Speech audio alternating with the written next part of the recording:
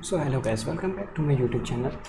तो आज अब जिस चीज़ के बारे में हम डिस्कस करने जाएंगे वो है ग्रेडियंट डिसेंट। तो हमने पिछली वीडियो में देखा कि हमें कुछ प्रॉब्लम्स कॉज हुई थी जहाँ पे बार बार लिखा हुआ था कि वैनिशिंग ग्रेडियंट प्रॉब्लम, और इस तरह का ग्रेडियंट का लफ्ज़ बहुत बार यूज़ हो रहा था और कन्वर्जेंस बार का लफ्ज़ बहुत बार यूज़ हो रहा था। तो अब देखते हैं कि ये चीज़ें क्या हैं।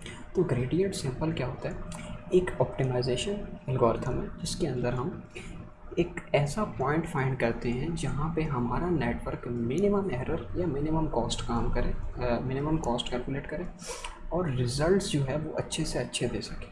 ठीक है, यहाँ पे सिंपल सी डेफिनेशन लिखी हुई है, जैसे कि it minimise the error between predicted and actual results activate helping the model learn over time. ठीक है, कि ताकि मॉडल की लर्निंग का जो प्रोसेस है वो अच्छे से हो सके और वो अच्छा आउटपुट जनरेट कर सके। इसी तरह एक कॉस्ट फंक्शन होता है, मैंने बोला मिनिमम कॉस्ट, तो मेजर्स दिस एरर, वो इस एरर को मेजर करता है और मॉडल को गाइड करता है कि वो अपने पैरामीटर्स को एडजस्ट करे और एरर को रिड्यूस करे। अब पैरामीटर्स की एडजस्टमेंट कुछ इस तरह से हो कि मिनिमम नंबर ऑफ़ पैरामीटर्स को एडजस्ट करके वो एरर को ख़त्म कर सके, वरना तो मॉडल बहुत कॉम्प्लेक्स हो सकता है, इससे कॉम्प्लेक्सिटीज़ बढ़ सकती हैं अगर मैं ज़्यादा से ज़्यादा पैरामीटर्स को चेंज करने की कोशिश करूँ, तो ये बहुत बिल्कुल डिफ़िकल्ट काम है। ठीक है, तो इसी चीज़ को अगर हम आगे लेके चलें तो ग्रेडियंट डिसेंट काम किस तरह से करता है, हमें वो चीज़ देखनी है। इसके अंदर क्या होता है कि इसके अंदर एक पॉइंट होता है आर्बिट्री पॉइंट। ठीक है, आर्बिट्री पॉइंट से एक स्लोप कॉज किया जाता है। क्या किया जाता है? स्लोप। स्लोप के अंदर हम देखते हैं कि हम डायरेक्शन फाइंड करते हैं कि स्लोप कितना गहरा है, एक टेंजेंट लाइन के साथ। जब हम देख लेते हैं कि स्लोप कितना गहरा है, उसके अंदर से फिर हम एक कन्वर्जेंस पॉइंट के पास जाते हैं। ठीक है, जब हमें स्लोप मिल जाता है तो हम आहिस्ता आहिस्ता उस स्लोप के अंदर जाना शुरू कर देते हैं। स्लोप यूँ भी हो सकता है, स्लोप यूँ भी हो सकता है। अब हम उस स्लोप के अंदर जब जाते हैं तो हम देखते हैं कि उस डायरेक्शन में हमें मिनिमम एरर देखना होता है कि कहाँ पे मिनिमम एरर होगा। तो उसके अंदर हम एक लर्निंग रेट यूज़ करते हैं और एक प्रोसेस यूज़ करते हैं पैरामीटर्स एडजस्टमेंट का। तो इस चीज़ को आगे डिस्कस करेंगे, पहले बस देख लेते हैं कि काम किस तरह से करते हैं। एक लर्निंग रेट होता है जिसमें हम स्टेप साइज कैलकुलेट करते हैं, एक पैरामीटर्स एडजस्ट करते हैं कि ताकि वो अपने लोएस्ट पॉइंट तक पहुंच सके जहाँ पे एरर मिनिमम हो। लोएस्ट पॉइंट का मतलब ये नहीं है कि किसी भी स्लोप की गहराई में बिल्कुल स्टीपनेस में चला जाऊँ और जो सबसे गहरा पॉइंट है मैं बोलूँ यही मिनिमम पॉइंट है, नहीं, मिनिमम पॉइंट कहीं पे भी आ सकता है। ठीक है, तो इस चीज़ को अब गोल हमारा क्या होता है कि हमें ऑप्टिमल पैरामीटर्स फाइंड करने, उन पैरामीटर्स को फाइंड करना जो कॉस्ट को सबसे ज़्यादा कम कर सके। होता क्या है, कुछ ये ग्रेडियंट डिसेंट की टाइप्स होती हैं, उसको छोड़ें, मेन चीज़ पे बात करते हैं। ग्रेडियंट डिसेंट के अंदर की कॉन्सेप्ट्स क्या हैं, जैसे एक लफ्ज़ आ रहा था लर्निंग रेट, एक आ रहा था कॉस्ट फंक्शन। तो लर्निंग रेट क्या होता है, स्टेप साइज कैलकुलेट करते हैं।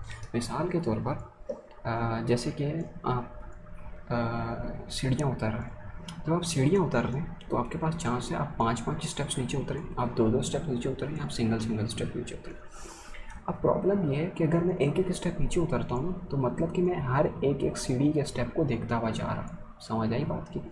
तो मैं जब हर एक एक स्टेप को देखता हुआ जा रहा हूँ तो मैं हो सकता है कहीं पे अपना सही आंसर ढूंढ लूँ। तो ये तो अच्छी अप्रोच है, लेकिन इसमें टाइम ज़्यादा लगेगा, टाइम कॉम्प्लेक्सिटी बढ़ जाएगी। और अगर मैं स्टेप साइज़ बढ़ा देता हूँ, मतलब मैं 5-5 सीढ़ियाँ जो हैं वो एक एक टाइम पे उतरता हूँ और मैं फाइंड कर रहा हूँ अपना मेरी एक चाबी है वो सीढ़ियों पे गिर गई है किसी जगह पे और मुझे दिख नहीं है। अब मैं 5-5 स्टेप अगर नीचे जाता हूँ तो और मैं क्या करता हूँ, जब मैं 5-5 स्टेप नीचे जा रहा था तो ऐसा हो जाता है कि किसी ऐसी सीढ़ी पे मेरी चाबी पड़ी हुई है कि वो सीढ़ी मैंने स्किप कर दी है। तो ये भी एक प्रॉब्लम है। तो हमें एक ऐसा लर्निंग रेट डिसाइड करना पड़ता है जिसमें ऐसा स्टेप साइज़ हो जो ना ज़्यादा टाइम कॉम्प्लेक्सिटी को बढ़ाए, और अगर स्टेप साइज़ बढ़ाया जाए तो टाइम कॉम्प्लेक्सिटी कम हो लेकिन एक्यूरेसी भी बढ़े, हम ऑप्टिमल सॉल्यूशन तक जल्दी पहुंच सकें। ठीक है, तो यही बात लिखी हुई है, too high can overshoot, too low can slow learning. Cost function क्या होता है? तो कॉस्ट फंक्शन एरर को मेजर करते हैं कि एरर मिल गया तो मैं कितने पैरामीटर्स को एडजस्ट करूँगा उस एरर को ख़त्म करने के लिए। तो इसमें सिंपल सी एक डायग्राम बनी हुई कि स्मॉल लर्निंग रेट है, तो देखिए छोटे छोटे स्टेप्स ले रहा हूँ मैं, और तो इसके अंदर टाइम लग रहा है। और अगर मैं लार्ज लर्निंग रेट लेता हूँ तो देखिए मैं बड़े बड़े स्टेप्स ले रहा हूँ स्लोप के अंदर, तो इसके अंदर भी प्रॉब्लम है, ओवरशूट कर जाएगा। तो और सही सॉल्यूशन क्या पता किसी और जगह पे पड़ा और मैं कहीं और पहुंच जाऊँ। तो ये कुछ मसले होते हैं जिनकी वजह से इसके अंदर प्रॉब्लम कॉज होता है। ठीक है।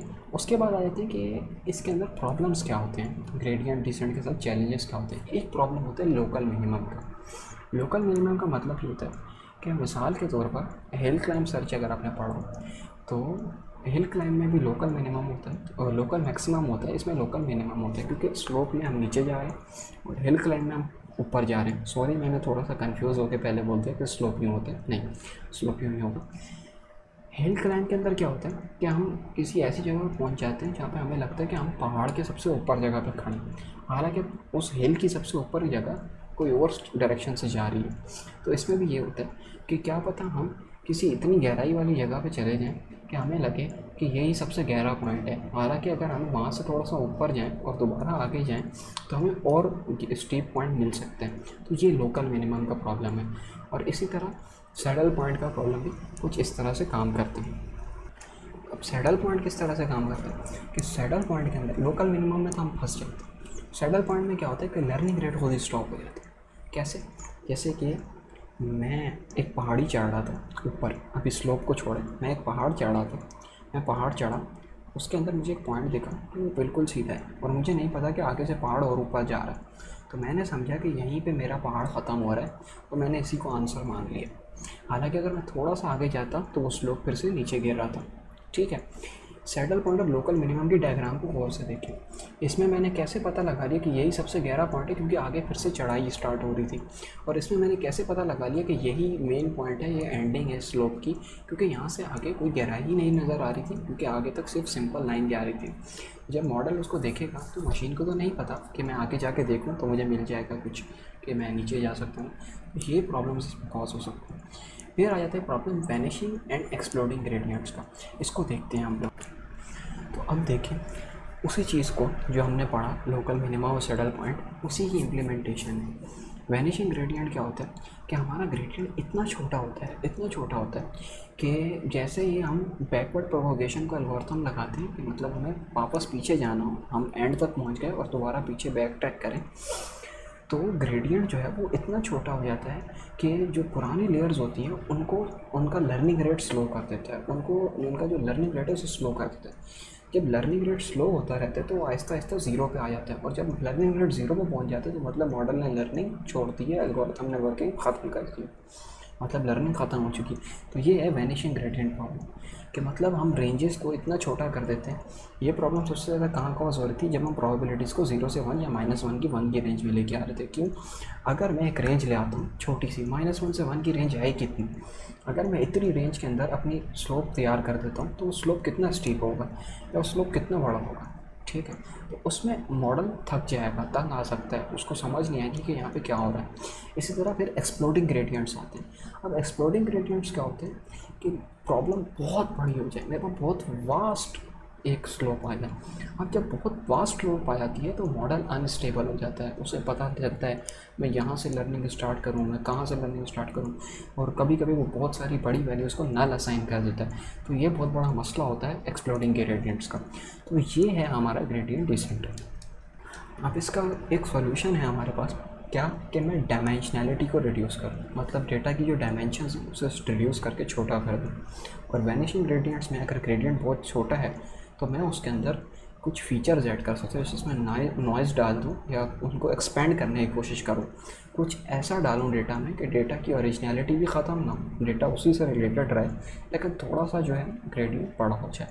और एक्सप्लोडिंग ग्रेडियंट्स में क्या होता है कि अगर बहुत बड़ा डेटा है तो मैं उसके अंदर डायमेंशनैलिटी रिडक्शंस करूँ, उस मॉडल की डायमेंशंस को रिड्यूस करूँ कि ताकि एक छोटा सा स्लोप बन सके और उसमें मैं प्रॉपर स्टडी कर सकूँ, ज़्यादा छोटा नहीं।